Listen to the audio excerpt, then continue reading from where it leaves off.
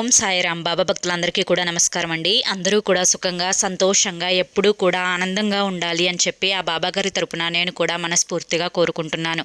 ఈరోజు బాబాగారు అందించే సందేశం ఏంటి అంటే కనుక, తల్లి, అన్నింటికీ కూడా కారణం ఆమెనే. నీకు నిద్ర పట్టనివ్వకుండా చేస్తుంది. నీకు పట్టిన ప్రతి కర్మకు, ప్రతి దరిద్రానికి కూడా కారణం ఆమె. నీ యొక్క నరక యాతనకి కూడా కారణం ఆమె. ఆమె ఎవరు అనేది నీకు చెప్తాను.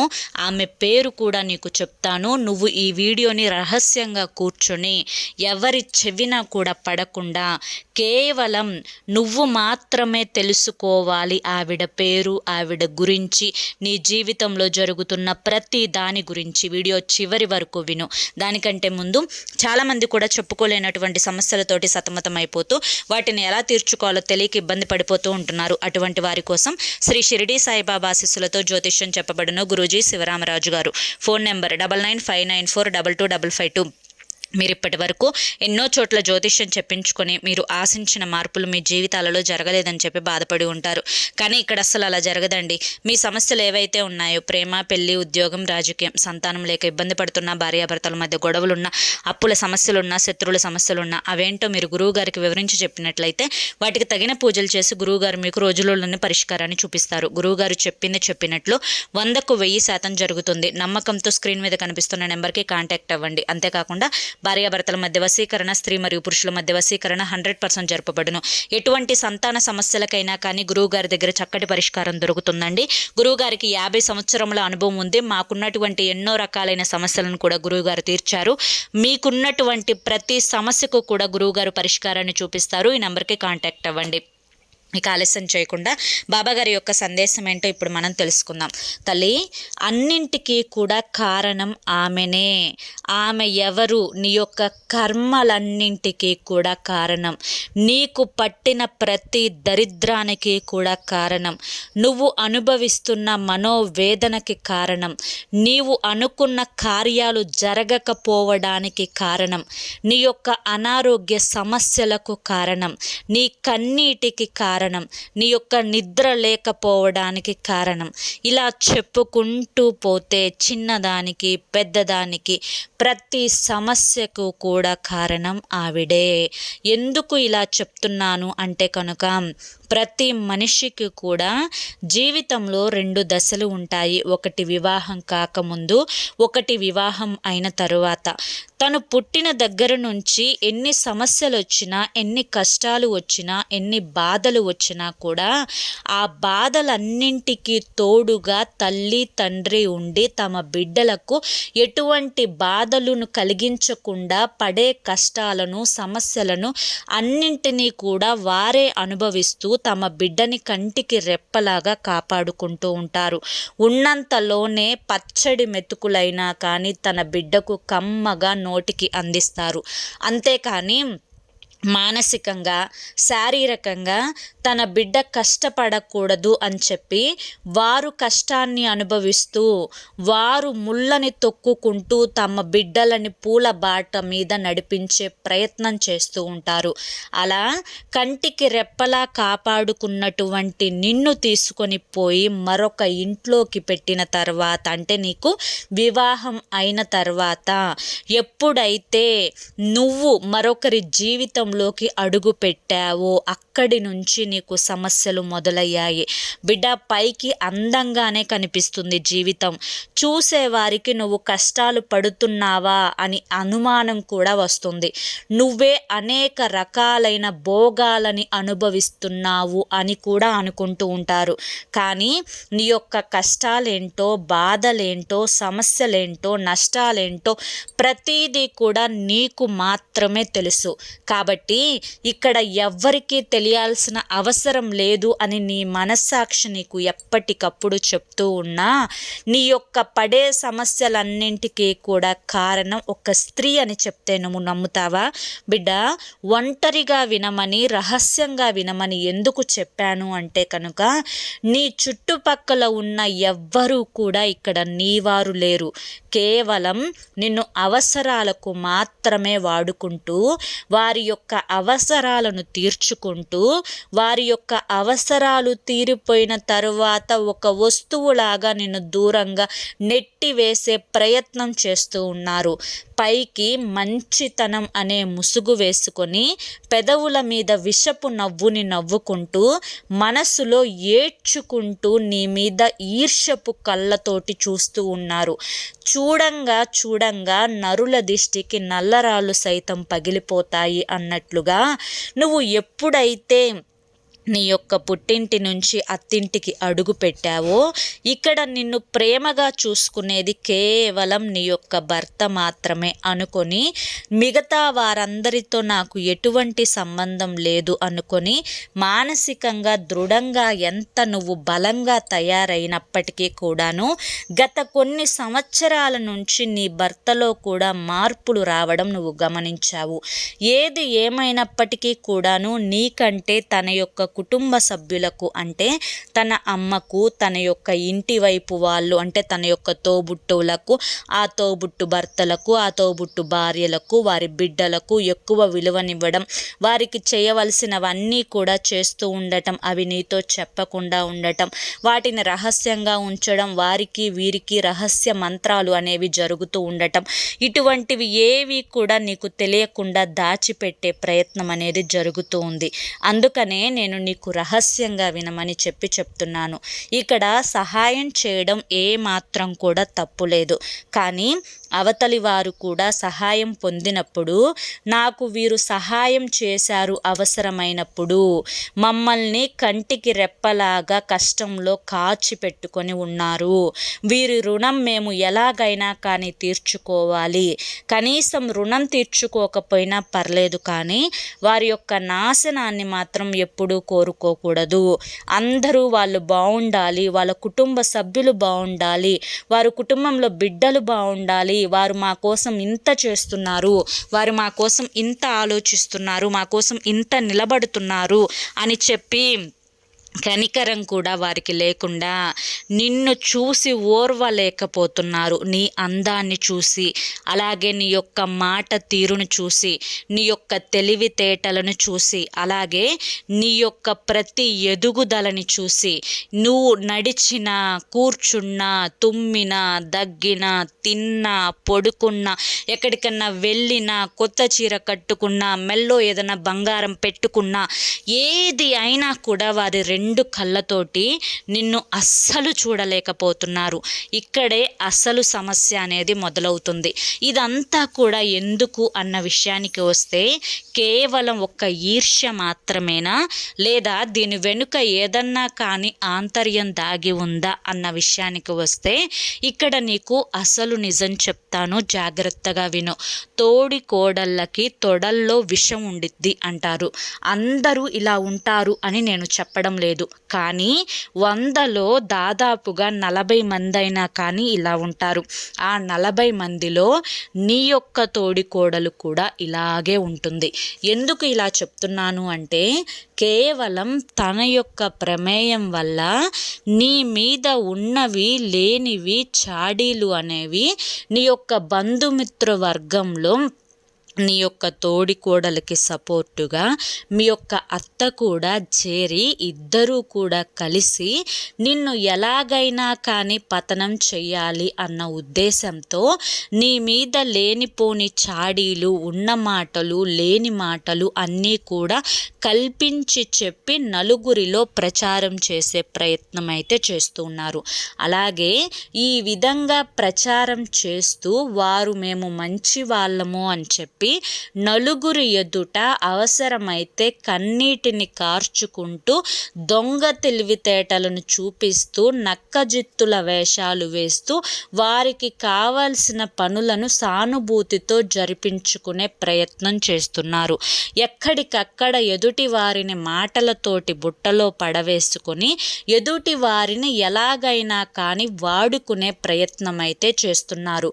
వారి యొక్క డబ్బులు రూపాయి వీపుపై ముడివేసుకొని దాచుకొని ఎదుటివారు ముఖ్యంగా నీ యొక్క భర్త సొమ్ము మీద కన్ను వేసి ఏదైనా కానీ కష్టం వచ్చినా నష్టం వచ్చినా బాధ వచ్చినా ప్రతిదీ కూడా మీ భర్తకు తెలియపరిచి ఎంతో కొంత ధనం లాగే ప్రయత్నం అయితే చేస్తూ ఉన్నారు. ఇదంతా కూడా ఎందుకు అంటే కనుక వివాహం కాకముందు మనం మాట్లాడుకోవాలి. వివాహం కాకముందు నీ భర్త కేవలం ఒక సంపాదించే యంత్రంలాగే ఆ కుటుంబంలో ఉండేవారు. ఆ విధంగా సంపాదించే యంత్రం అంటే బంగారు గుడ్లు పెట్టే బాతు ఏదైతే ఉందో ఒక్కసారిగా నీ వైపుకు వచ్చేసరికి వారికి డబ్బు కనిపించడం అనేది కళ్ళకు మాయమైపోయింది. ఈ విధంగా డబ్బు కనిపించకపోవడం వల్ల వారి యొక్క ఈర్ష్య అంతా కూడా దానికి కారణం నిన్ను చేసుకోవడం వల్లే కదా అని చెప్పి నీ మీద లేనిపోని పగ అనేది పెంచుకున్నారు. ఈ విధంగా పగ పెంచుకొని ఎలాగైనా కానీ నిన్ను ఏ విధంగా నష్టపరచాలో అన్ని రకాలుగా ఎదుటివారికి చెప్పే విషయంలోనూ, నిన్ను నలుగురిలో ఒంటరితనంగా మార్చే విషయంలోనూ, నిన్ను ఒంటరిగా చూసే విషయంలోనూ, ఎక్కడ నీకు విలువ పెరిగే అవకాశం కొంచెం ఉన్నా కానీ అవకాశం అనేది లేకుండా చేయడంలోనూ, నీ యొక్క పుట్టింటి వైపు వారికి ఏమాత్రం విలువ అనేదే ఇవ్వకుండా చేయడంలోనూ, ఇలా ప్రతి విషయంలో కూడా ఎక్కడికక్కడ నిన్ను తొక్కి పెట్టే ప్రయత్నం అనేది చేశారు. ఇక్కడ అంతా వారికి అనుకూలంగానే జరిగింది. ఇక్కడ నువ్వు మానసికంగా శారీరకంగా ఒంటరితనాన్ని అనుభవిస్తూ ఎంత నరకాన్ని చూసావో, ఎంత ఏడ్చుకున్నావో, నేనేం పాపం చేశానని నన్ను ఇలా ఇక్కడ బందీని చేసి ఒక శత్రువుని చూసినట్లుగా నన్ను చూస్తూ ఉన్నారు అని చెప్పి ఎంతగా మానసికంగా నలిగిపోయావో నీకు మాత్రమే తెలుసు. కాబట్టి ఈ వేదనంతా కూడా నేను గమనిస్తూనే ఉన్నాను. బిడ్డ, ఇప్పుడు పూర్తిగా వారి యొక్క అవసరాలు తీర్చుకునే సమయం అయితే వచ్చింది. మళ్ళీ ఇప్పుడు నీ యొక్క పాదాల దగ్గరికి వచ్చి నుంచొని వారి యొక్క అవసరాలు తీర్చుకునే ప్రయత్నం అయితే చేస్తూ ఉన్నారు. ఇక్కడ నువ్వు వారికి ఏ విధమైన సహాయం చేయకపోయినా నీ ఇంట్లో వ్యక్తి అంటే నీ యొక్క భర్త వారికి అన్ని రకాలుగా కూడా సహాయం చేయడానికి ముందుకు వెళ్ళారు. ఈ విధంగా వారు మళ్ళీ వారి యొక్క అవసరాలను తీర్చుకొని పక్కకు నెట్టేసే ప్రయత్నం అయితే చేస్తూ ఉన్నారు. దీనికోసం మీ ఇద్దరి మధ్య రకరకాలుగా గొడవలు అనేవి జరుగుతూ ఉన్నాయి. ఈ విధంగా గొడవలు జరుగుతూ ఉండడం వల్ల మీ ఇద్దరు గొడవలాడుకునే ప్రతిసారి కూడా వారు పండుగ వాతావరణాన్ని క్రియేట్ చేసుకుంటున్నారు. ఇక్కడ ఏది ఏమైనప్పటికీ కూడాను నష్టపోతున్నది నువ్వు, నీ కుటుంబం, నీ బిడ్డలు. ఇక్కడ నువ్వు ఆలోచించవలసింది ఒక్కటే తల్లి, జరగాల్సిందంతా కూడా జరిగింది. ఇప్పటి వరకు కొన్ని సంవత్సరాల నుంచి వారి ద్వారా నరకాన్ని అనుభవిస్తూనే వచ్చావు. అలాగే వారిలో ఇంత మార్పు కూడా ఏమీ జరగలేదు. మొదట్లో నీకు అనుకూలంగా ఉన్న నీ యొక్క భర్త కూడా వారి యొక్క మాటల్లోనే ఉన్నారు. నువ్వు ఏది చెప్పినా కూడా వారి మీద ఈర్ష్యతోటి, అసూయతోటి, కుళ్ళుతోటి చెప్తున్నావు అని మాత్రమే అనుకొని నీ యొక్క మాటలను నిర్లక్ష్యం చేసి తను చేసే పనులు తను చేసుకుంటూ వెళ్ళిపోతూనే ఉన్నారు. ఇక్కడ నీకు అనవసరంగా నీ భర్తను ఇది చేయవద్దు, అది చేయవద్దు అని చెప్పడం వల్ల నీ యొక్క నోటి వగరు పోగొట్టుకోవడం తప్పితే నీకు ఎటువంటి ఉపయోగం అనేది నీకు దొరకదు. ఇక్కడ నీకు మొదటిగా కావలసిందేంటి అంటే కనుక నీ భర్తను నీ వైపుకు తిప్పుకోవడం. ఇది ఎలా సాధ్యపడుతుంది అంటే కాలమే అది సాధ్యపడేలా చేస్తుంది. నీ యొక్క మాటలతోటి కానీ, నీ యొక్క చేష్టలతోటి కానీ ఏ విధంగా కూడా నువ్వు ఏదీ సాధించలేవు అని ఇన్ని సంవత్సరాల యొక్క ప్రక్రియలో నీకు అర్థమయ్యే ఉంటుంది. కాబట్టి నువ్వు ఇప్పుడు మొదటిగా తెలుసుకోవాల్సిన ఒక రహస్యం ఏంటి అంటే కనుక బిడ్డ, నువ్వు గొడవ పడటం వల్ల, లేదంటే కనుక నువ్వు నలుగురిలో పెద్దగా అరవడం వల్ల, లేదంటే కనుక ఇంకా ఏ ఇతర కార్యాలు చేయడం వల్ల ఎదుటి వారిని నొప్పించే ప్రయత్నం అనేది నేను చేస్తున్నాను అని చెప్పి నువ్వు తెలివిగా బిహేవ్ చేస్తున్నాను అనుకొని ఒక మాట అనడం వల్ల నువ్వు సాధించేది అంటూ ఏది కూడా లేదు. ఇక్కడ నువ్వు తెలుసుకోవాల్సిన ముఖ్యమైన తెలివైన విషయం ఏంటి అంటే కనుక ఏవి ఎలా జరుగుతున్నాయో అలా జరుగుతూ వెళ్ళిపోని. ప్రతి దానికి కూడా కాలం సమాధానం చెప్తుంది. నువ్వు నిన్ను జాగ్రత్తగా చూసుకుంటూ నీ బిడ్డలని జాగ్రత్తగా చూసుకుంటూ రావడమే. నువ్వు ఒక మాట మాట్లాడినప్పుడు విలువ ఉంటే మాట్లాడు, విలువ లేకపోతే మాట్లాడొద్దు. అవసరానికి నిన్ను అవతలి వారు వాడుకుంటున్నారు అని అర్థమైనప్పుడు అలా వాడుకునే ప్రక్రియలో కూడా నీకు ఏదైనా బాధ కలిగితే ప్రశ్నించు. నీకు ఏది కూడా బాధ కలగనప్పుడు మౌనంగా ఉండిపో. ఇక్కడ నేను నష్టపోతున్నానేమో, లేదా నన్ను అవసరాలకు వారు ఉపయోగించుకుంటున్నారేమో, లేదా వారి తెలివితేటలకు నన్ను బలి చేస్తున్నారేమో అని చెప్పి నువ్వు బాధపడాల్సిన అవసరం లేదు. ఇక్కడ నువ్వు ఒక్క విషయం తెలుసుకోవాలి. ఏంటి అంటే కనుక బిడ్డ, నువ్వు ఎప్పుడు అనుకునే మాట ఉంటుంది కదా, అందరూ బాగుండాలి, అందులో నేనుండాలి అని చెప్పి. ఆ ఒక్క మాట నీ జీవితంలో నెరవేర్చుకునేలా చూడు. నీ బిడ్డలని సరైన మార్గంలో పెట్టే ప్రయత్నం అయితే చెయ్యి. ఎప్పుడూ కూడా అందరూ ఒకేలాగా ఉండరు. ప్రతి ఒక్కరికి కూడా వారు చేసిన కర్మ ఫలితం ఏదైతే ఉంటుందో ఆ యొక్క కర్మ ఫలితం అనేది ఖచ్చితంగా ఏదో ఒక రూపంలో ఎదురొస్తుంది.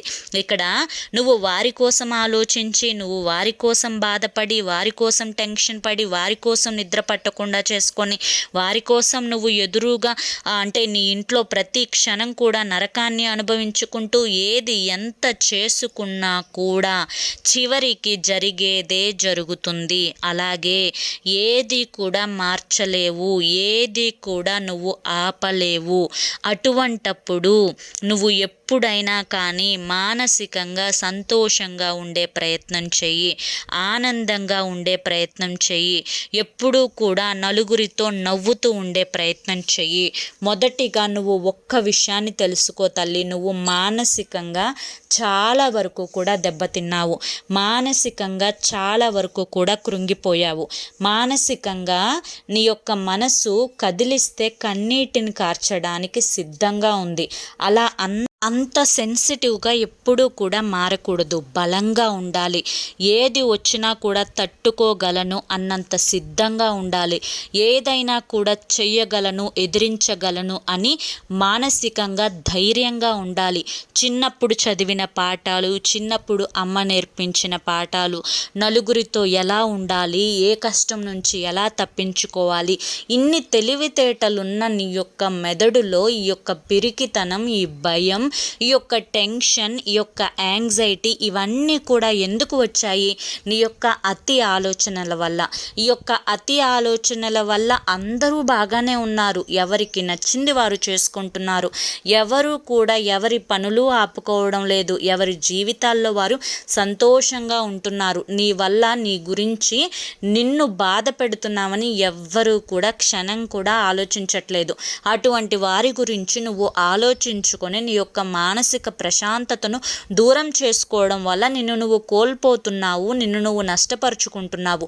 ఎవరో ఎక్కడో నిన్ను నష్టపరుస్తున్నారేమో అన్న భ్రమలో నిన్ను నువ్వు నష్టపెట్టుకుంటున్నావు అనే విషయాన్ని మర్చిపోతున్నావు. ఇక్కడ తెలివిగా ఆలోచించు. ఇక్కడ ఎవరికి కూడా శాశ్వతం కాదు, జస్ట్ అలా జరిగిపోతాయి అంతే.